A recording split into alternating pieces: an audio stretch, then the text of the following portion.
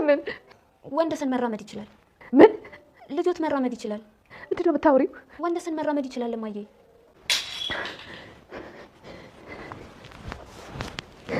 ልጄ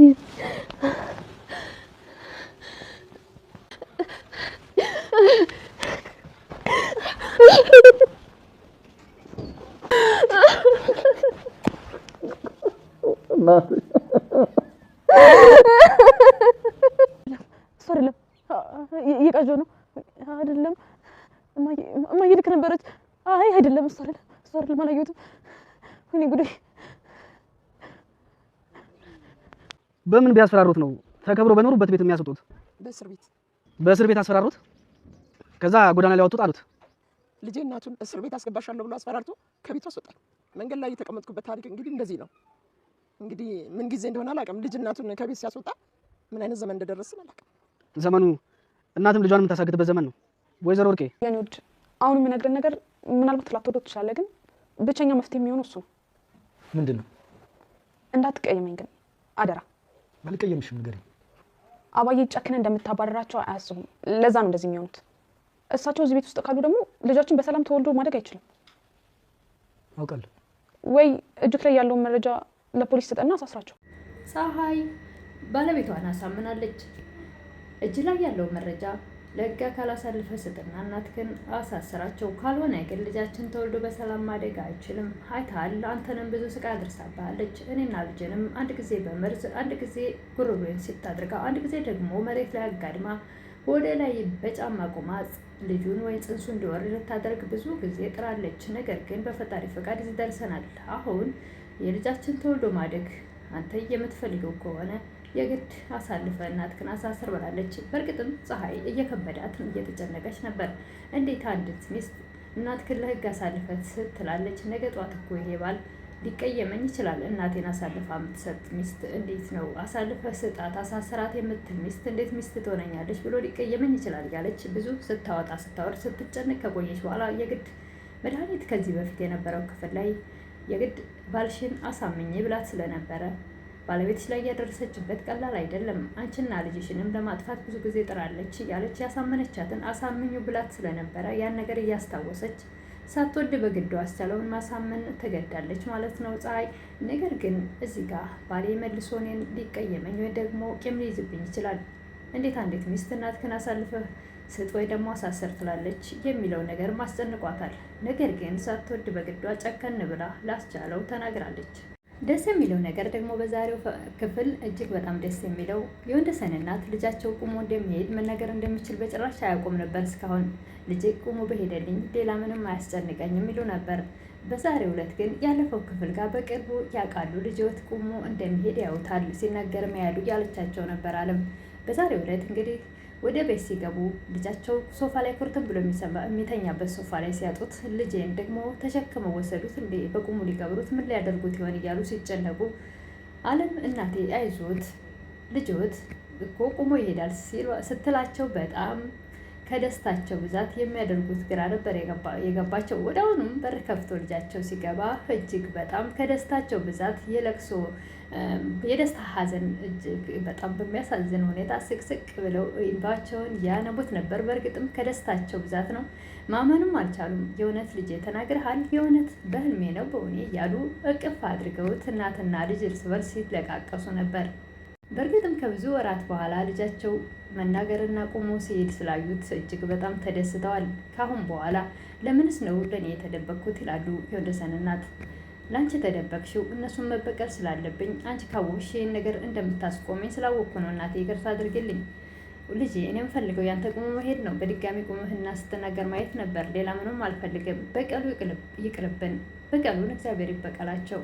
በጭራሽ እናቴ እሱ ሊሆን አይችልም ብሏል ወንደሰን። በዓላማው ጸንቷል። እሳቸው ግን በቀል አያስፈልግም፣ እኔ የምፈልገው ይሄና ይሄ ብቻ ነበር። አንተን ቁመህ ስትሄድ ማየትና ስትናገር በድጋሚ መስማት ነበር። ከዚህ በላይ ምን እፈልጋለሁ? ክብር ለፈጣሪ እያሉ በጣም ተደስተዋል። መርማሪ ፖሊሱም በአጋጣሚ መንገድ ላይ ስልክ እያወራ ሲሄድ ወይዘሮ ወርቄን መንገድ ላይ ኮሰስ ብሎ ያቸዋል። እንዴ ምን ሆኖ ነው? ምን ተፈጥሮ ነው ጭራሽ መንገድ ላይ ጎዳና ላይ ቁጭ ያሉት ይላል። ልጅ ያባረረኝ ይላሉ። ማለት የቱ ልጅዎት? ስንት ልጅ አለኝ ደግሞ? አንድ ልጅ አይደል ያለኝ?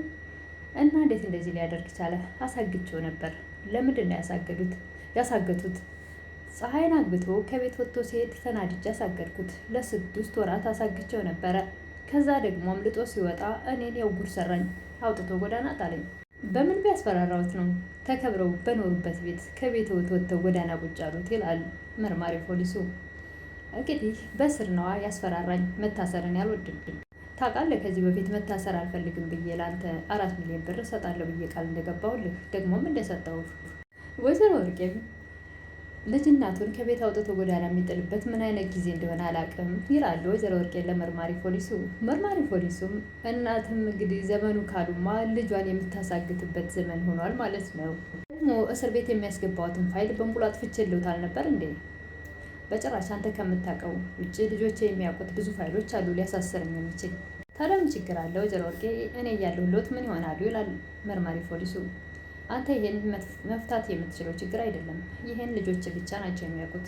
መርማሪ ፖሊሱም ምንም ሀሳብ አይግባዎት፣ ልጆት እያንዳንዱ ፖሊሶች ጋር እኔ ግንኙነት ስላለኝ ልጆት ለእያንዳንዱ መረጃ ቢሰጣቸው እንኳን እኔ ያን ነገር ማስተካከል እችላለሁ። ስለዚህ አሁን ምንም ሀሳብ አይግባዎት፣ ወደ ቤትዎት ተመልሰው ይግቡና በጭራሽ አንተ ምንም ልታመጣ አትችልም፣ ይሄ ቤቴ ነው ይበሉት ይላል መርማሪ ፖሊሱ።